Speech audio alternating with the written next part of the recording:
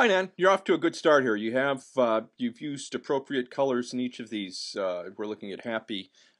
You've used yellows and oranges. Mornings, I think grays are a good color choice. The rainbow palette here of whimsical is quite good, and then red, orange, and gray again seem like good choices for angry. There's one thing that really needs to be revised in each of these, and that's the use of representational imagery. We have faces, clouds, hearts, rainbows, um, and lightning bolts here.